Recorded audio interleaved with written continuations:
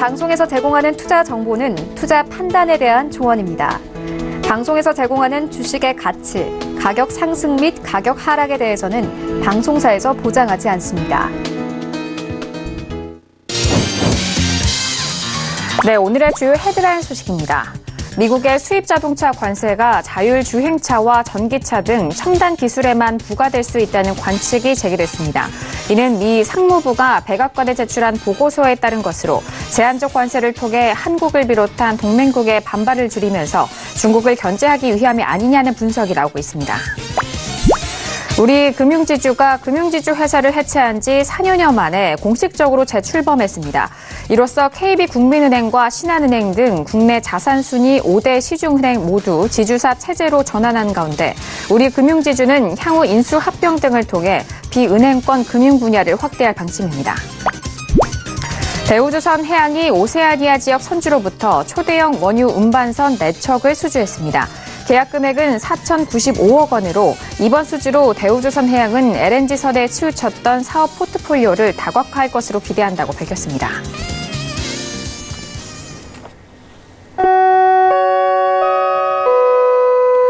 네, 안녕하세요. 평택청년 정석투자 김은혜입니다. 자, 오늘은 한 주간의 시작인 월요일장이었습니다.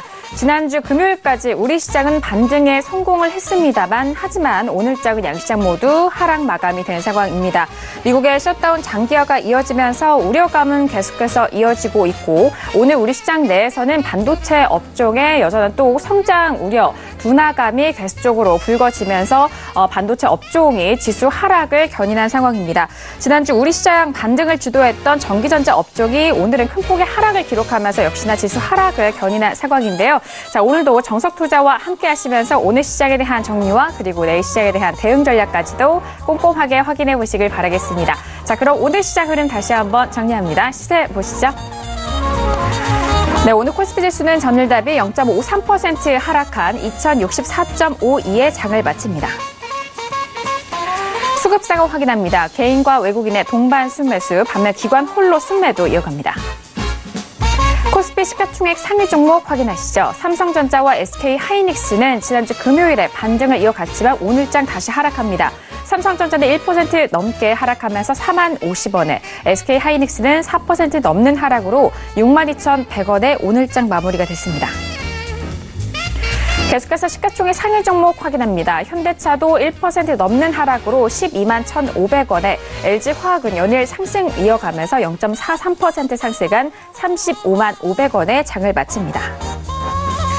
코스닥 지수는 전일 대비 0.47% 하락한 683.09의 장을 마칩니다. 수급 상황 확인합니다. 개인 홀로 순매수, 반면 기관과 외국인은 동반 순매도 이어갑니다. 코스닥 시가총액 상위 종목 확인합니다. 오늘은 제약바이오 업종의 부진이 이어졌습니다. 셀트리온 헬스케어와 신라젠 모두 하락 마감이 됐는데요. 셀트리온 헬스케어는 71,100원에, 신라젠은 75,000원에 오늘장 마무리가 됐습니다. 자, 계속해서 시가총액 상위 종목 확인합니다. 메디톡스 역시나 하락 마감이 되면서 561,900원에, 코롱테슈즈는 3% 넘는 4% 가까운 하락으로 38,800원에 오늘장 마무리가 됐습니다. 네, 월요일장 본격적으로 정석투자 시작해보도록 하겠습니다. 오늘은요, 학과장 정영 대표님과 함께 해보도록 하겠습니다. 학과장님 안녕하세요. 네, 안녕하세요. 네, 반갑습니다. 자, 지난주 금요일장에 직접 스튜디오에 나오셔서 다음 주, 그러니까 이번 주 시장에 대한 전망은 월요일장에 대해서 잘 살펴보셔야 된다라고 하셨잖아요. 오늘 양시장 모두 하락 마감이 됐는데 학과장님 어떻게 보실까요? 네, 오늘은 예상대로 하락을 했습니다. 다만 수요일까지는 좀 지켜봐야 되지 않나 이렇게 생각하고요. 지난주 사실 제가 스트레스 많이 받았습니다. 그래서 혓바늘도 돋고 입도 이제 사이드 쪽에 이제 약간 안 좋았어요. 그래서 신경을 많이 썼는데 왜 그러냐면 지금 이 구간이 어떻게 되냐에 따라서 단기 시장이 완전히 달라지기 때문에 그렇습니다. 뭐 늘 말씀드리지만 추세 시장은 전혀 걱정 안 합니다. 사실 제가 좀 조심스럽게 얘기하느라고 뭐 99% 얘기했는데 저는 100% 확신합니다. 왜냐하면 어차피 시장은 끝났고요. 다만 단기 시장이 어떻게 되냐 이게 포인트이기 때문에 오늘도 그런 내용을 위주로 자세하게 전달해드렸습니다. 네, 알겠습니다. 이제 월요일장이 마무리가 됐기 때문에 앞으로 있을 이번 한 주간의 시장에 대해서 궁금하신 분들 오늘 우리 정석투자 끝까지 집중해 주시길 바라겠습니다. 자, 그럼 1교시로 바로 들어가 볼게요. 오늘의 1교시는요. 시황 분석론이 기다리고 있습니다. 자, 오늘 시장에 대해서 분석도 도와드리고요. 그리고 시장 안에서 또 관심 있게 보셨던 종목에 대해서도 차근차근 분석을 도와드리도록 하겠습니다. 자, 오늘 양시장에 대해서는 기관 쪽에서 매도 물량이 나왔습니다. 하락 마감이 된 상황인데요. 먼저 시장 시황 분석 도와주실까요? 네, 오늘 마지막 코너에서는 이제 내일 전망을 하는데 야간 선물은 상황을 보면서 전달해 드릴까 말까 제가 이제 판단해서 이제 다시 전달하겠고요. 오늘 분석을 해보면 이제 코스피는 대형주와 전기전자 업종의 하락으로 60일선을 이탈했습니다. 지난 금요일에는 좋았다가 이제 하루 만에 이탈했고요. 코스닥은 이제 대형주와 역시 이제 제약바이오 관련주 약세로 이제 하락 마감했습니다. 상대적으로 코스닥이 조금 더 지금 하방 경직성은 더 좋습니다. 탄력도도 좋고 이런 상태인데 역시 이제 시장은 중심이 코스피라고 볼 수 있기 때문에 코스피 위주로 제가 설명을 드리겠습니다. 먼저 양시장을 비교하겠습니다. 현재 그 화면이 이제 코스피예요. 코스피인데 금요일에 60선 돌파했다가 오늘 이탈했습니다. 하루 만에 이제 이게 반전이 된 거죠. 그리고 코스피는 연초에 2000선을 한번 재이탈한 적이 있죠. 그래서 작년 10월 말에 종가 기준과 장중 기준 저점을 1월 초에 이탈했습니다. 사실 그래요. 이거를 이제 쌍바닥이라고 이제 그 해석하시는 분들도 있는데 저는 좀 견해가 다릅니다. 쌍바닥이 아니라 이거는 억지로 막는 거예요, 하락을. 예를 들어서 지난 12월 중하순에 기관 매수, 그 다음에 12월 중순부터 최근까지 프로그램 매수가 없는 상태에서 이런 차트가 나왔다 그러면 쌍바닥 가능성이 있어요. 차트 이론으로는 가능하거든요. 그런데 하락을 억지로 막은 게 역력합니다. 그래서 이거를 대입하면 안 된다는 얘기예요. 그러니까 크게 하락을 해야 되는데 하락하지 않았으니까 이거를 정상과 비정상 중에서 어떻게 해석해야 되겠죠? 비정상이죠. 차트라고 하는 것은 이거를 30년 주식하는 사람도 몰라요. 제가 얘기해 드릴게요. 차트는 시장이 정상적으로 움직일 때 그때 참고하는 거예요. 비정상적으로 움직이면 차트가 무용지물이 됩니다. 왜 차트를 보는 사람들이 한계에 봉착하는지 아십니까? 비정상 흐름 때문에 그런 거예요. 오늘 또 이것도 강의하겠네요. 또 제가 시황 시간에. 네, 후반부가 약간 좀 시간이 좀 짧아서 이해해 주세요. 워낙 중요하기 때문에 하는 얘기예요. 제가 언젠가 했던 얘기 있죠. 평택촌놈의 그 어떤 투자에 대한 철학, 정의 이렇게 얘기했잖아요. 주식을 비롯한 모든 투자가 어려운 이유는 이론대로 움직이지 않기 때문이다. 이론대로 움직이지 않는 것은 바로 왜곡과 변수 때문이다. 왜곡과 변수는 비정상이거든요. 그래서 초보자들이 착각하는 게 뭐냐면 자기가 차트를 잘 본다고 착각하는 경우가 있어요. 장 좋을 때는 맞아요. 근데 장이 비정상으로 흐를 때, 특히 이제 하락장에서는 안 맞는 경우가 상당히 많습니다. 왜 그러냐? 차트라고 하는 것은 원래 정상적인 흐름에서만 적용하는 거예요. 비정상적 흐름에서 적용하는 게 아니에요. 근데 여기서 뭐가 문제가 발생하느냐? 시장이 정상인지 비정상인지 몰라요. 그러니까 항상 적용하는 거예요. 제가 늘 얘기하잖아요. 그 엄청난 인공지능이 뭐죠? 알파고 있잖아요. 유명하잖아요. 인공지능 중에서 알파고. 그 다음에 그 초단위로 엄청난 연산을 할 수 있는 게 슈퍼컴퓨터는 이미 20년 전, 30년 전에 개발됐어요. 자, 만약에 그 엄청난 문명의 이기를 동원해서 차트 분석하면 되겠죠? 근데 왜 안 되는 줄 아세요? 바로 비정상 때문에 안 되는 거예요. 비정상에는 속수무책입니다. 그래서 저는 각종 어떤 그 뭐랄까요, 인공지능이라든가 컴퓨터 동원해갖고 시장 분석하는 거 저는 한계가 있다고 봅니다. 왜? 바로 왜곡과 변수 때문에 그래요. 왜곡은 인위적으로 올리거나 인위적으로 내리는 거예요. 아니면 12월처럼 내려가는 게 정상인데 하락을 막는 거예요. 인위적으로 막았거든요. 그럼 뭐 객관적 근거로 제시가 될 수 있잖아요. 아니면 변수, 호재 악재 뻥 터지는 거예요. 이걸 어떻게 기계가 잡아냅니까? 못 잡아내요. 인간의 의지가 반영된 거거든요. 그래서 기계는 한계가 있다는 얘기예요. 자, 왜 이 설명을 드리냐? 차트만 본다고 하면 쌍바닥이라고 주장할 수도 있어요. 그런데 제가 하고 싶은 얘기가 뭐냐? 바로 이거예요. 만약에 이 구간에서 정상적인 하락이 나와야 되는데 이게 사실은 기간과 프로그램의 하락에 대한 억지 방어가 나왔거든요. 그래서 억지로 만들어진 쌍바닥이라는 얘기예요. 그러니까 이걸 주장하면 안 된다는 거죠. 논리적으로 제가 얘기하는 거예요. 그런 게 없이, 그러니까 기간과 프로그램의 그 억지스러운 하락 방어가 없이 이런 차트가 나왔다. 그러면 가능성도 있죠. 가능성도 있어요. 근데 달랑 차트만 보는 사람들은 어서 좀 배운 건 있고 무조건 쌍바닥이 어쩌고저쩌고 해야 하는데 결과를 떠나서 아니라는 얘기입니다. 물론 여기서 더 갈 수도 있어요. 제가 항상 얘기하잖아요. 정석 투자는 과정이 합리적인 매매를 하는 것이다. 분석도 마찬가지예요. 과정이 합리적이라야죠. 논리적이라야 된다는 얘기예요. 맞고 틀리건 두 번째 문제죠. 논리가 없잖아요. 개인들도 그렇고 전문가들도 그렇고. 저는 평소에도 고집스러운 사람과 소신인 사람을 구분하는 기준이 있어요. 바로 논리입니다. 결과를 떠나서 논리적으로 완벽하면 저는 소신이다 이렇게 생각을 해요. 근데 이건 도무지 논리적으로 말이 안 돼. 그럼 그건 고집이죠. 그래서 어쨌든 저는 제 그 생각은 뭐냐면은 쌍바닥으로 보면 안 된다. 이 얘기고요. 그 다음에 코스닥 보겠습니다. 코스닥은 어때요? 지금 10월이죠. 작년 10월.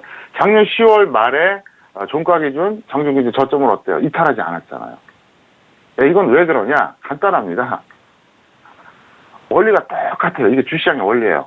원래 고점에서 한번 내려올 때, 그리고 뭔가 좀 그 변곡점에서 내려올 때는 원래 코스피가 먼저 빠져요. 그 다음에 코스닥이 연동합니다. 제가 이 얘기를 1년 내내 했어요. 왜 그런지 아십니까? 간단해요. 코스피는 외국인과 기관의 시장이에요. 코스닥은 개인의 시장입니다.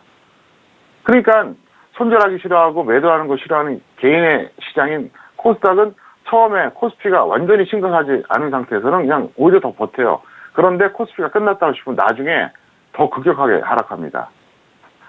자, 이거를 제가 객관적인 어떤 근거로 제시해 드리겠습니다. 자, 보시면 이제 이게 코스피거든요. 코스피인데, 자, 여기서 보세요. 코스피는 이제 평균선호 차트 이론에 의하면, 작년 3월 하순에 하락 추세로 전환됐습니다. 맞죠? 61선이 120선 이탈했습니다. 3월입니다. 자, 이번에 코스닥 보겠습니다. 어때요? 코스닥은 언제 전환했죠? 바로 6월 하순입니다. 이때 61선이 120선 이탈했어요. 무슨 얘기냐? 그만큼 뭡니까? 초동기에 빠질 때는 코스피가 더 빨리 무너져요. 그리고 나서 하락할 때는 이렇게 겁나게 빠집니다. 이렇게 겁나게. 이때는 또 엄청나게 또 급락했잖아요. 각도가. 보세요, 한번. 이거보다 훨씬 더 각도가 가파라요.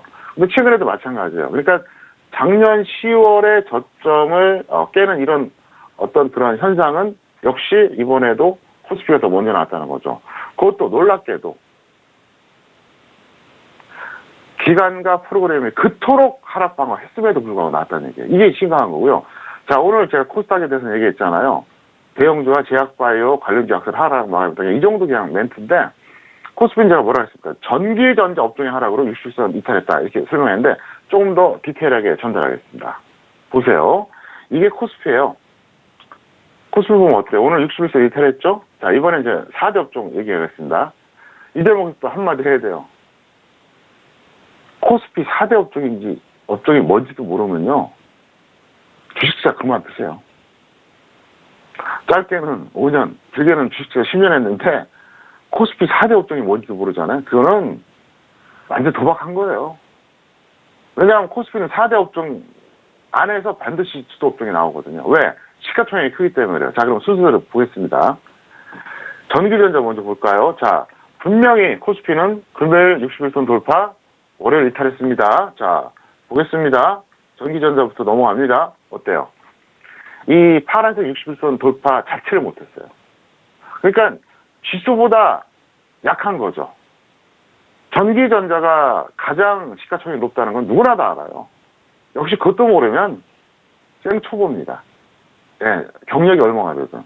근데 이래요. 시가총액이 가장 높은 전기전자가 61선 돌파 못했으니 그럼 다른 걸로 돌파시킨 거잖아요. 다른 업종. 자, 보겠습니다. 대표적인 게 뭐냐? 바로 운송장비예요. 어떻습니까? 운송장비는 61선이 문제가 아니라 120선 돌파해버렸어요. 이것 때문에 올라간 거예요. 이것 때문에. 현대차 그룹주들, 그 다음에 뭐 기타 자동차 이런 것들 때문에 올라간 거거든요. 그래서 전기전자가 지수를 까먹었죠. 그러니까. 까먹은 걸 이걸로 이제 버티고, 그 다음에 뭐냐? 철강검석입니다. 보시겠습니다. 어때요? 어쨌든 이거는 120선 돌파는 안 했지만, 파란색 60선 돌파했잖아요. 현재 파란색 위에 있죠? 이 두 가지로 붙은 거고요. 그 다음에 이제 하나가 뭐냐? 바로, 화학업종인데, 이게 마지막이거든요. 화학업종 어때요? 60선 돌파도 못했어요. 무슨 얘기냐? 4대 업종이 있습니다. 그런데, 전기전자가 현재 가장 약합니다. 그 다음에 화학도 60선 돌파 못했어요. 그러니까 61선 전후로 본다면 전기전자와 화학은 지수를 까먹는 역할을 하고, 반대로 운송장비와 철강금속은 지수를 견인하는 역할을 하고 있는 거죠. 근데 이게 과연 지속될 수 있냐? 여기에 이제 우리가 또 포인트를 잡아야 된다는 거죠. 어렵다는 얘기예요. 왜? 저는 자동차에 대해서 이미 6년 전부터 얘기했어요. 끝났다고. 저 평택초는 매니아들은 모르는 사람이 없어요. 저는 현대차의 미래에 대해서 상당히 부정적으로 생각합니다. 왜 그러냐? 시대에 뒤떨어졌거든요. 이 자동차의 이 트렌드에서 지금 뒤떨어져 있어요. 전기차가 대세고요. 그 다음에 이제는 소유보다는 카쉐어링 개념이에요.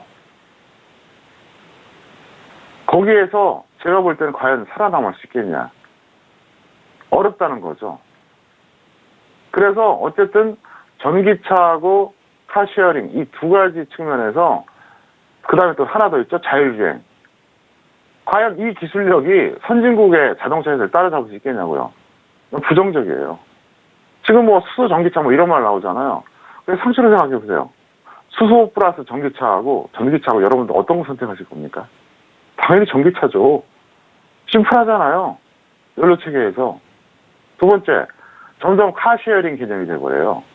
이 글로벌 이 자동차 이런 어떤 흐름이. 여러분들 직장 출퇴근하시는 분들은 어떻습니까? 아침에 딱 가서 딱 주차시켜놓고 퇴근할 때 몰고 오잖아요. 하루 종일 차가 놀아요. 근데 이게 바뀔 겁니다, 앞으로. 세 번째, 자율주행입니다. 이 세 가지 흐름에서 현대차가 역할을 못하면 결국 전기전자 끝나요. 그 다음에 그럼 조선이 가면 또 되거든요. 조선 아직 멀었어요. 그럼 운송장비는 한계가 있다는 거예요. 화학 같은 경우에는 주도업종이 되긴 좀 한계가 있어요. 어쩌다가 그럴 수는 있어도 화학업종에서 포인트가 뭐냐, 역시 이제 배터리 분야, 뭐 태양광 분야 이건데 이미 한번 태양광 쪽은 꺾였죠. 그래서 저는 어떻게 보느냐, 부정적으로 본다는 얘기예요. 어쨌든 오늘 제가 앞선 시간에 좀 시간이 길어졌는데 이 정도 말씀드리겠고요. 여러분들이 지수를 보실 때 단순하게 종합주가 지수만 보지 말고 어떤 업종이 지수보다 더 강한지, 약한 이걸 비교해 보세요. 그러면 강한 업종이 꺾이면 끝난 거잖아요. 간단해요, 원리가. 그리고 4대 업종이 뭐냐? 전기전자, 운송장비, 철강금속, 화학입니다. 이것도 모르면 문제가 있죠. 전기전자하고 운송장비는 주로 완성품이고요. 화학하고 철강금속은 완성품도 있고 일종의 그 소재 산업이라고 보면 됩니다.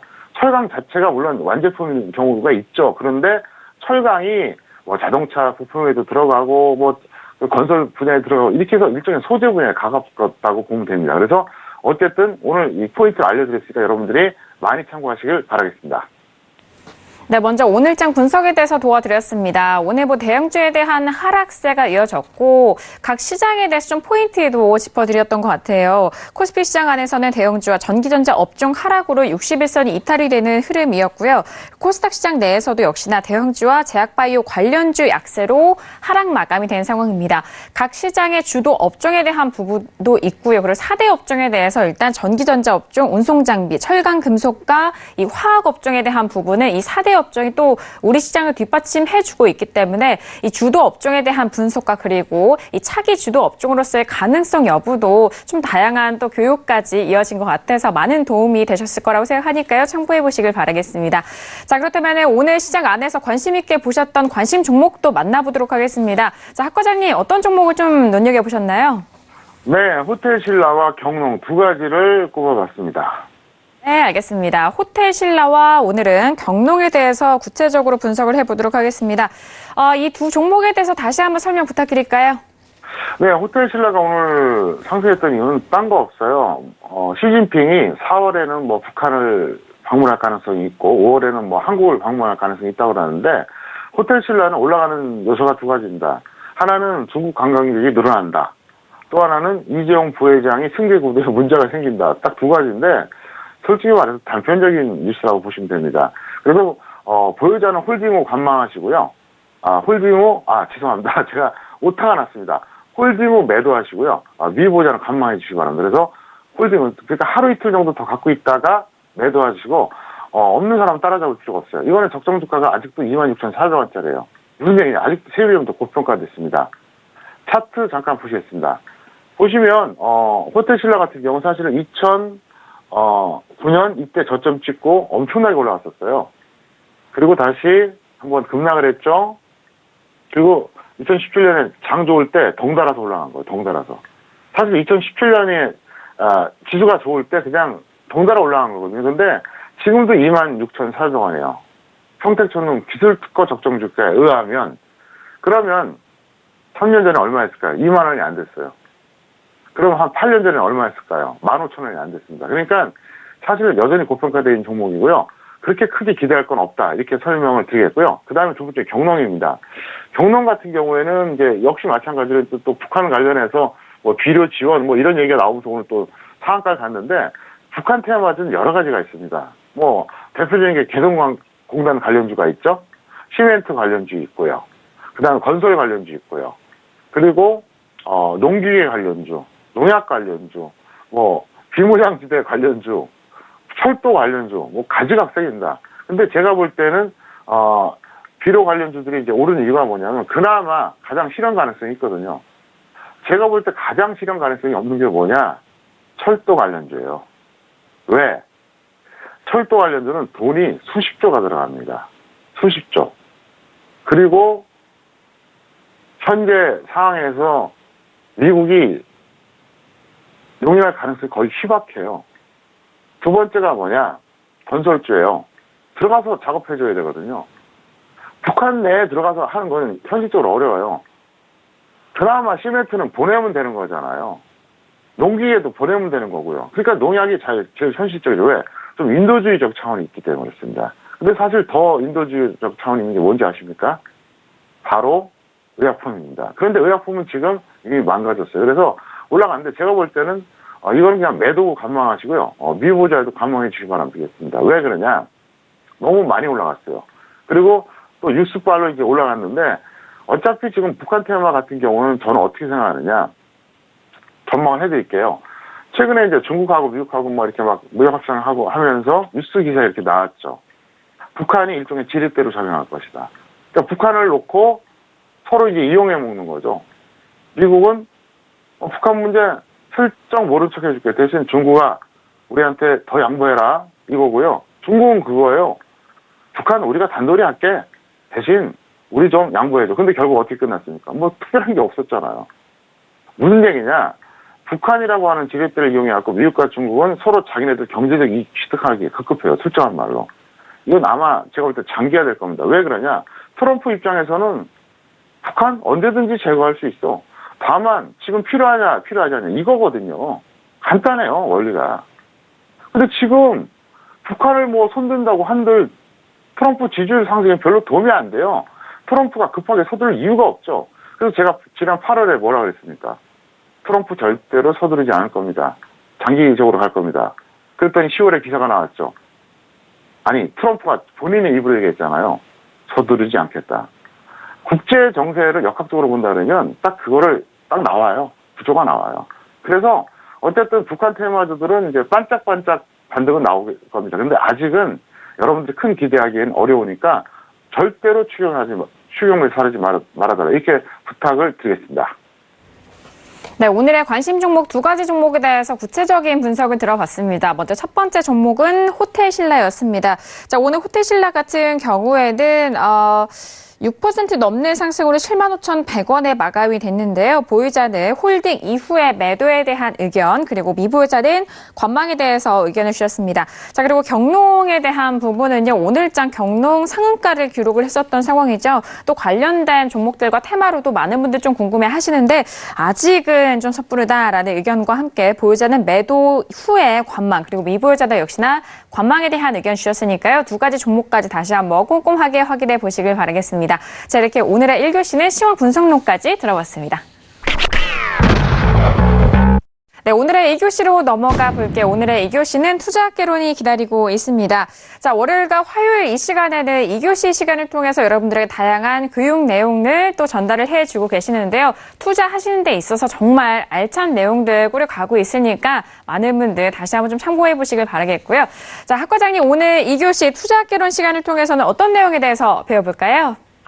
네, 오늘 앞부분이 길었기 때문에 이 부분은 짧게 요약해서 설명드리겠고요. 제가 이제 항상 말씀드리지만 저는 제 자신을 위해서 방송 출연하는 게 아니라 정말 시청자를 위해서 출연합니다. 그리고 항상 시청자들이 제 가족과 친구라고 생각합니다. 그런 자세로 한다는 거 다시 한번 말씀드리겠고요. 왜 이 말씀 드리느냐? 반복해서 보시라고요. 저는 어디서 베껴오는 것도 없고요. 100% 제가 만들어내는 텍스트입니다. 100%입니다. 단 한 줄도, 한 문장도, 한 단어도 대필이 없어요. 제가 다 100% 맞는 거예요. 그래서 꼭 참고하시기 바라겠고요. 자, 오늘 제목은 무상증자 액면불알 액면병합입니다. 지난주에 제가 뭐 했었죠? 유상증자 했었죠. 유상증자는 제가 했던 얘기 있죠? 절대적인 악재다. 아주 특이하게도 초강세장에서는 좋을 수도 있는데 일반적으로 악재다 이렇게 얘기했는데, 자, 무상증자는 뭐냐? 간단하게 설명드릴게요. 기업이 주식을 발행하여 기존 주주에게 배당하는 것. 무슨 얘기냐?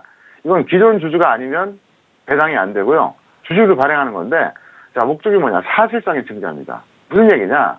물론 유상증자도 증자긴 해요. 근데 유상증자는 쉽게 말해서 자본금이 100억이 있는데 150억으로 늘어날 때 참여시키는 거죠. 근데 이거는 좀 달라요, 내용이. 왜 다르냐? 시가총액이 동일하고 자본금만 변경이 됩니다. 이게 다른 겁니다. 그러니까 무상증자 같은 경우에는 유상증자죠. 유상증자는 시가총액에 변동이 생기고 자본금도 변동이 생기는데 이거는 시가총액은 똑같아요. 그래서 이제 예를 들면 시가총액 자본금이 100억이에요. 100억입니다. 100억인데 이걸 이제 자본금 200억으로 늘리잖아요. 그죠? 그러니까 주가 10,000원에 100억이에요. 주가 10,000원에 100억이에요. 그런데 이걸 만약에 자본금 200억으로 늘리잖아요. 그러면 주가가 5,000원으로 조정됩니다. 그러니까 10,000원에 100억이나, 그죠? 주가 10,000원에 자본금 100억이나, 주가 5,000원에 자본금 200억이나 시가총액은 어떻죠? 똑같아요. 그러니까 시가총액의 변화가 없이, 그러니까 자본금만 늘어나는 거죠. 그래서 물론 이제 이게 주식수는 늘어나게 돼 있죠. 그래서 그런 케이스인데 기존 주주만 참여할 수 있다는 점에서 유상증자하고 차이점이 있습니다. 유상증자 제가 지난 시간에 뭐라 했죠? 일반 배정, 3자 배정 유상증자는 주주가 아닌 사람도 참여할 수가 있거든요. 근데 이거는 그럴 수가 없어요. 그래서 시가총액이 유지가 되면서 주가가 낮아지는 효과라서 절대적인 호조로 인식이 됩니다. 제가 좀 전에 설명했죠? 어떤 기업의 주가가 10,000원짜리예요. 자본금 100억이에요. 근데 이걸 100% 무상증자를 하잖아요. 그러면 자본금이 200억으로 늘어나는 대신 주가는 어떻게 된다? 5,000원으로 줄어요. 그래야지 이게 시가총액이 동일하잖아요. 그죠? 시가총액이 똑같단 말이에요. 그래서 절대 주가가 어떻게 돼요? 낮아지잖아요. 그래서 이게 호재라는 얘기입니다. 그래서 유상증자는 절대적인 악재, 무상증자는 절대적인 호재. 이것만 알고 계시면 되겠고요. 액면불안은 뭐냐? 간단해요. 삼성전자가 작년에 액면불안했잖아요. 액면가의 가격을 낮춰서 유동성을 증가시키는 겁니다. 삼성전자가 워낙 고가주였으니까 어떻게 했죠? 50분의 1 액면불안했잖아요. 50분의 1. 자, 무지막지하죠? 네, 50분의 1. 액면가 5,000원짜리를 100원으로 만든 거예요. 그러니까 주가에 긍정적으로 작용하면 역시 호재로 인식이 됩니다. 그래서 삼성전자 사례가 이제 저런 경우가 있다 설명드리겠고, 왜냐하면 10만 원짜리 주식이 있어요. 근데 액면가 5천 원이에요. 근데 이거를 만약에 10분의 1로 줄인다. 그럼 액면가가 500원으로 되는 대신 주가가 어떻게 되죠? 10만 원에서 만 원 되잖아요. 그러니까 역시 상대적인 어떤 절대적인 주가가 낮아지거든요. 일단 액면 병합이 있습니다. 이거는 액면가의 가격을 높여서 유동성을 감소시키는 건데 이건 정반대예요. 액면 분할은 쉽게 말해서 5천 원짜리를 500원 만드는 거고, 액면 병합은 500원짜리 5천 원 만드는 거예요. 그래서 유통 주식수가 많을 때 이건 또 씁니다. 왜냐하면 이건 너무 예를 들어서 유통 주식이 많아요. 이래버리면 정말 이게 곤란하거든요. 네, 너무 많아도 또 문제거든요. 그래서 이거는 이제 이런 이슈가 있어요. 어떤 주식이 있는데 액면가 500원짜리예요. 근데 주가가 500원이에요. 어때요? 동전주를 인식해버리잖아요. 이거를 액면 그러니까 이제 그거를 이제 5천 원으로 액면가를 5천 원으로 만들어 보면 5천 원이 돼버리는 거 같이. 네, 그런 거죠. 그래서 그럴 때 사용하는 거고요. 어쨌든 이걸 여러분들이 잘 참고하시길 바라겠고요. 대표적으로 이제 유진투자증권이 2011년에 액면가 500원에서 5천 원으로 이걸 바꾼 사례가 있습니다. 그래서 실제 사례 보면 액면 분할은 작년에 삼성전자, 그 다음에 액면 병합은 2011년에 유진투자증권, 이 정도 기억해 두시면 될 것 같습니다.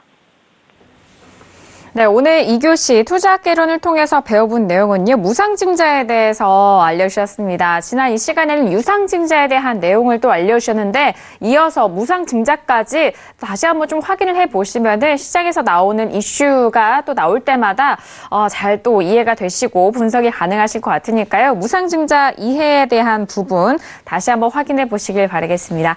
자, 이어서 선생님 질문 있어요 시간으로 넘어가 볼게요. 오늘도 다양한 질문들 많이들 접수해 주셨는데요. 첫 번째 질문부터 확인해 보도록 하겠습니다. 자, 오늘의 첫 번째 질문은요, 끝자리 0772님의 질문입니다. AJ 렌터카를 매수가 12,400원에 비중 30% 질문 주셨습니다.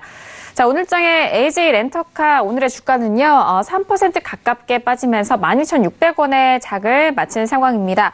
자, 학 과장님에게 바로 여쭤볼게요. 학 과장님 어떻게 보실까요? 시각점이고요. 긍정도 부동도 아닌 어떤 매수 가격대다. 그리고 마이너스 5% 또는 플러스 10% 매도 후에 관망해 주시기 바라겠고요. AJ 렌트카는 기억은 해두세요. 이 종목은 만약에 지수가 대폭락했을 때 잡을 만한 내수주 중에 하나입니다. 중소형주 중에서 아주 좋아요. 저는 사실 평소에 렌터카를 이용을 자주 합니다. 저는 2시간 이상 운전하는 거를 굉장히 싫어해요. 워낙 제가 예민한 데다가 칩이라 갖고 운전하면 좀 완벽하게 하다 보니까 2시간 이상 운전하면 제가 이제 아주 녹초가 돼요. 참 특이하죠? 이 장중방송은 6시간 내내 풀타임으로 하면서도 그걸 못해요. 그래서 저는 장거리 갈 때 항상 렌터카를 이용하는데, 그래서 제가 많이 찾아봤어요. 근데 제가 내린 결론이 뭐냐. AJ 렌터카는 언젠가는 이게 아마 인수합병될 가능성이 높다고 보고 있습니다. 왜냐하면 점점점 대기업의 렌터카들이 지금 진출하고 있잖아요. 그리고 그 지역에 있는 어떤 중소 렌터카들도 이제 있는데, 제가 볼 때 AJ 렌터카는 애매한 거예요. 대기업의 어떤 렌터카는 영업망이 딸리죠. 그죠? 그 다음에 지역의 중소 렌터카들은 어때요? 가격 경쟁력에서 딸려요. 그러니까 제가 이제 각 지역 다니면서 이제 렌터카 이용을 많이 해보는데, 이게 있더라고요. 신뢰도는 역시 대기업의 그 렌터카. 가격은 그 지역에 있는 중소형 렌터카. 왜? 비교가 안 돼요. 왜? 경쟁력이 없으니까 가격을 후려칠 수밖에 없죠. 그러니까 이건 어중간해요. 그래서 AJ 렌터카는 제가 볼 때는 언젠간 인수합병 될 겁니다. 시간이 언제일지 저도 모르죠. 한때 이걸 현대차 그룹에서 인수할까 말까 고민했었잖아요. 그래서 이 종목에 대해서는 꼭 뭐 현대차 그룹이 아니라고 하더라도 인수될 가능성이 상당히 높아요. 그러니까 꾸준히 지켜보시고 여러분들이 관심 종목에 세팅해 놓으시길 바랍니다. 네, 첫 번째 질문은 AJ 렌터카였습니다. 학점은 C학점으로 확인이 됐고요. 손절은 마이너스 5%, 그리고 수익은 10% 매도 이후에 관망에 대한 의견 주셨습니다. 그리고 렌터카 시장에 대해서 업종 분석도 도와드렸으니까 다시 한번 참고해 보시길 바랄게요. 자, 이어서 다음 문자 질문 확인해 보도록 하겠습니다. 끝자리 7269님의 질문이고요. BNK 금융지주를 매수가 8,600원의 비중 30% 질문 주셨습니다.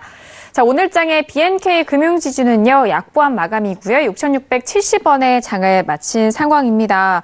손실이 꽤 크신 상황인데요. 학 과장님 어떻게 보실까요?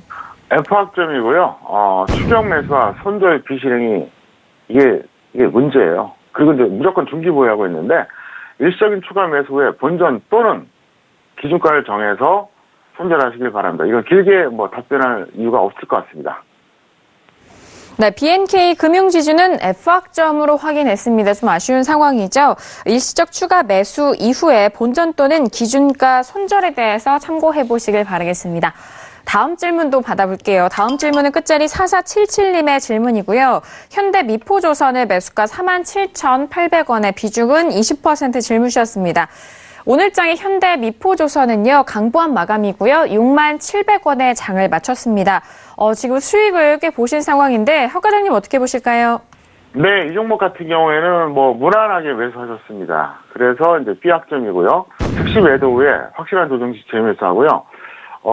파생하신 분들에게 힌트를 드릴게요. 이 종목이 만약에 12월 고점 근처에 간다. 그러면 주식 선물 매도 모아가시길 바랍니다. 네, 현대 미포조선이었습니다. 비학점 확인이 됐고요. 즉시 매도 이후에 확실한 조정 시 그때 다시 노려보자라는 말씀과 그리고 주식 선물에 대해서도 참고해 보시길 바라겠습니다. 자, 이어서 다음 질문도 받아볼게요. 끝자리 0692님의 질문이고요. 뉴프라이드를 매수가 1,950원의 비중은 20% 질문이셨습니다. 자, 오늘장의 뉴프라이드는요, 오늘 강보합 마감이고요. 2,280원에 마감이 됐습니다. 역시나 수익을 보고 계신 상황인데, 학 과장님 어떻게 보실까요? 네, B학점이고요. 과감한 예측 매수와 평가를 기록했습니다. 그래서 본전 또는 수익 30% 매도 후에 감망하시고요. 예측 매수가 때론 필요합니다. 근데 이 종목은 운도 좋았고, 어쨌든, 잘했다. 차트 잠깐 볼까요? 보시면 예를 들어서 이게 이제 폭포수처럼 떨어질 때 매수한 게 아니에요, 이분이. 예를 들자면 이겁니다. 이렇게 떨어졌을 때 여기서 예측 매수할 수도 있거든요. 사실 이거는 좀 모험이죠. 근데 이건 어떻습니까? 나름대로 횡보하는 거 보고 들어간 거예요. 그러니까 어쨌든 이분은 비교적 합리적으로 예측 매수하신 거고요.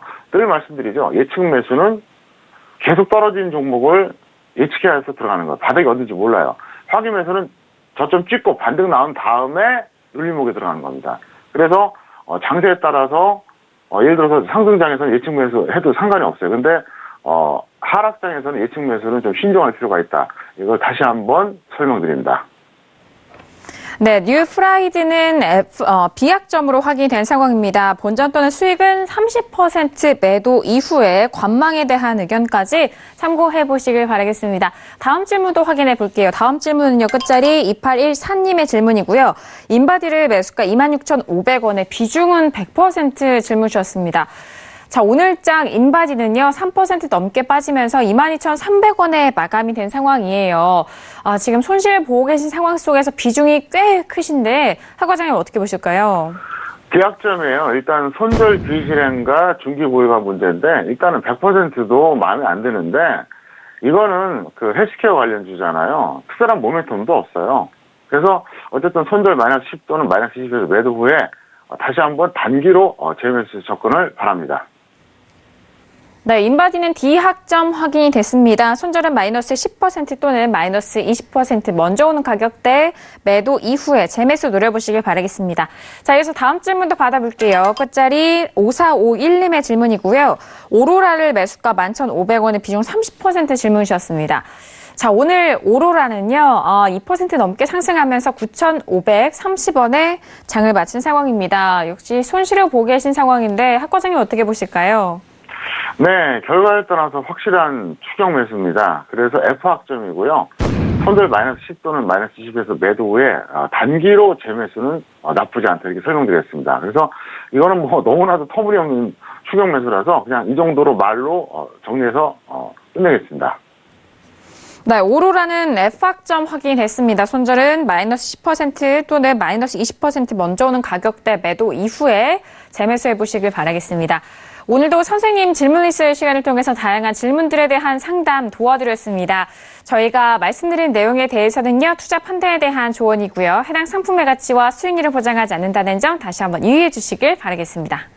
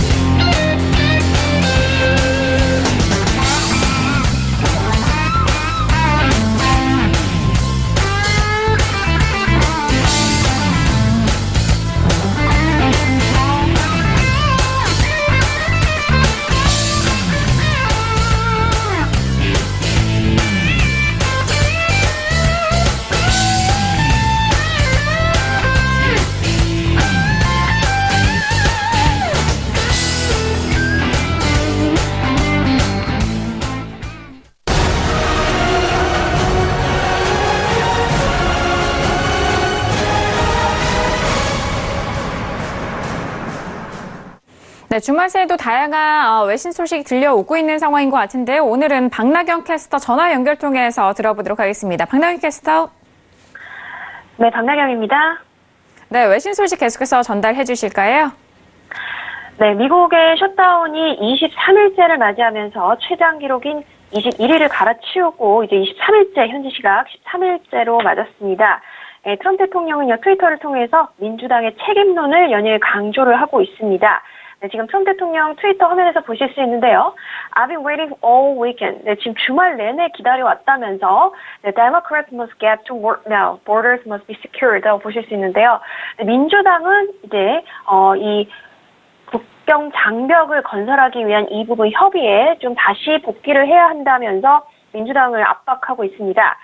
네, 민주당에게 돌아오라라고 말하면서 장벽을 설치하면 범죄 비율을 낮추게 될 것이고 또 셧다운은 민주당이 행동하면 15분 만에 지금 상황이 종료될 수 있다는 부분도 지금 트위터를 통해서 남겼습니다. 네, Nancy and crying Chuck can end the shutdown in 50 minutes. 네, 15분 만에라는 표현 보실 수 있고요. At this point, it has become their and Democrats' fault. 네, 이 모든 것이 바로 민주당의 책임이다라고 이야기하고 있습니다. 하지만 이제 국내 여론은 좋지 않습니다. CNN 여론조사에 따르면 셧다운 책임은 누구에게 있느냐라는 질문에 55%가 트럼프 대통령을 꼽았습니다. 민주당의 책임이 있다는 응답은 32%였고 또 양쪽 모두에게 책임이 있다라는 답변은 9%였습니다. 네, 트럼프 대통령의 국정 수행에 대한 반대 의견도 높아지고 있고요. 하지만 이렇게 국경 장벽의 필요성을 역설하면서 셧다운 책임은 민주당에 있다고 트럼프는 계속해서 주장을 하고 있습니다.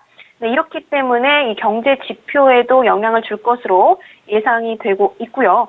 한편 이번 조사에서 56% 응답자가 국경 장벽 건설에 반대한다고 밝힌 만큼 앞으로의 상황이 더욱더 주목되고 있습니다. 네, 그리고 한편 이 트럼프 대통령이 또 터키에게 경고를 내놨습니다. 미군 철수 상황을 이제 알리면서 터키를 향해서 쿠르드족을 공격하면 터키의 경제를 붕괴시킬 것이다라면서 경고를 내놨습니다. 시리아 주둔 미군 철수 상황을 오래전에 했었어야 하는 건데 이제 아주 조금 남은 이슬람 국가 이 영토를 다방면에서 강타하고 있다라고 이야기하고 있습니다. 만일 조직이 재결성되면 근처 기지에서 또 공격할 것이다라고 트위터를 통해서 밝히고 있고요.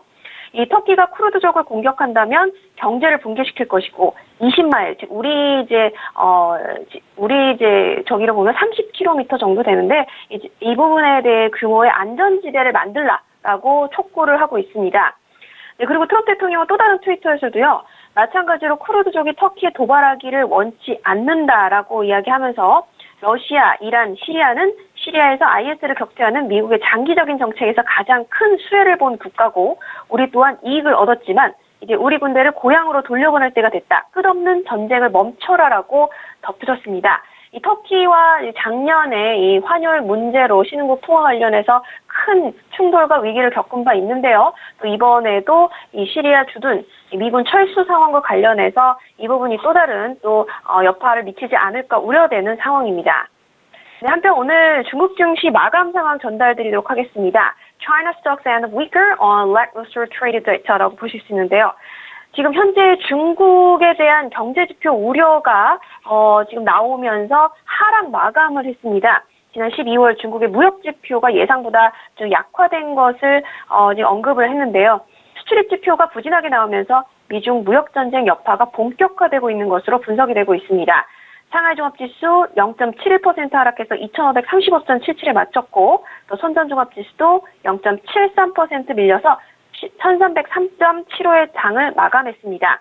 수출은 9개월 만에 감소세로 전환해서 2년 만에 최대 하락폭이었고요. 수입도 2016년 7월 이후 최대 감소폭을 나타냈다는 소식까지 마지막으로 전달드리도록 하겠습니다. 네, 이렇게 외신 소식 들어봤습니다. 박나영 캐스터 수고 많으셨습니다. 네, 감사합니다. 네, 외신 소식 다양하게 전달을 해드렸습니다. 지금 월요일장이었습니다. 앞서서 1교시를 통해서 시황 분석을 도와드렸는데 그렇다면 내일 화요일장에 대한 전망 어떻게 보실지 궁금하네요. 자, 학 과장님 내일장 어떻게 보실까요? 코스피는 종가 기준으로 61선 재돌파와 비돌파 여부가 핵심이다. 현재 코스피는 61선보다 아주 많이 멀어진 건 아니에요. 얼마든지 내일 반등할 수 있거든요. 다만 종가 기준으로 보시라는 거예요. 장중이 아닙니다. 장중이 아무리 돌파가 돼도 종가 기준 돌파 안 되면 의미가 없고요. 그래서 다시 돌파하느냐, 재돌파죠. 돌파를 못하느냐, 비돌파죠. 이것만 보시면 될 것 같아요. 그래서 61선을 어쨌든 종가 기준으로 돌파하면 조금 더 반등이 이어질 수 있겠다 이렇게 보시는 게 낫겠고 61선에서 점점 멀어진다. 그럼 이제 다시 꺾이는 게 아닌가 이렇게 보실 필요가 있습니다. 야간 선물 같은 경우에는 뭐 간단해요. 지금 미국 지수는 제가 볼 때는 뭐 현재 그 미국 선물을 봤을 때는 하락이 유력하잖아요. 그래서 여기서 미국 지수가 뭐 상승 전환되지 않는 한 여기서 크게 올라갈 것 같지는 않고요. 좀 더 섬세하게 잡아드리면 만약에 현재 그 매도 물량이 전혀 없다 그러면 야간 선물 기준으로는 266.25포인트 정도 하시면 좋을 것 같고요. 이미 나는 매도 물량을 갖고 있다. 그럼 266.50포인트 정도 보시면 무난할 것 같습니다. 그래서 야간 선물 그 흐름 내에서 뭐 또 수익을 실현할 수도 있고 내일 또 이어질 수도 있는데 어쨌든 야간 선물에서 제가 말씀드린 내용은 야간 선물 그 등락과 내일 시초가까지 그때까지가 유효기간이에요. 장중에는 어떻게 될지 아무도 모릅니다. 그렇기 때문에 그 점을 여러분들 꼭 유념하시겠고요. 다시 한번 말씀드리겠습니다. 현재 선물 매도가 없다. 그러면 266.25포인트. 이미 나는 선물 매도가 돼 있는 상태다. 그럼 난 추가하고 싶다. 그럼 266.50포인트 정도 참고하시면 좋을 것 같습니다. 네, 내일장에 대해서는 코스피 지수가 종가 기준입니다. 61선의 재돌파와 비돌파 여부를 좀 중점적으로 보시길 바라겠고요. 야간 선물에 대해서도 팁도 주셨습니다. 현재 미국장이 좀 하락을 하고 있는 가운데 상승으로 전환이 되지 않는다면 가정입니다. 그 안에서 일단 매도 물량을 가지고 계신 분에 한해서는 266.50포인트 그리고 가지고 계시지 않으신 분은 266.25포인트에 대한 부분 다시 한번 참고해 보시길 바라겠습니다. 자, 오늘 학 과장님과 1시간 동안 알차게 이어가는데요. 함께해 주신 학 과장님과는 여기서 인사 나누도록 하겠습니다. 학 과장님 오늘 말씀 감사합니다.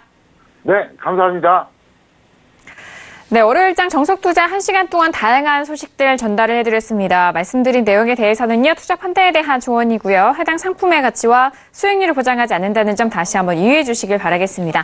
오늘 저희가 준비한 소식과 내용은 여기까지고요. 저희는 내일 이 시간이죠. 10시에 학과장 정은 대표님과 함께 돌아오도록 하겠습니다. 감사합니다.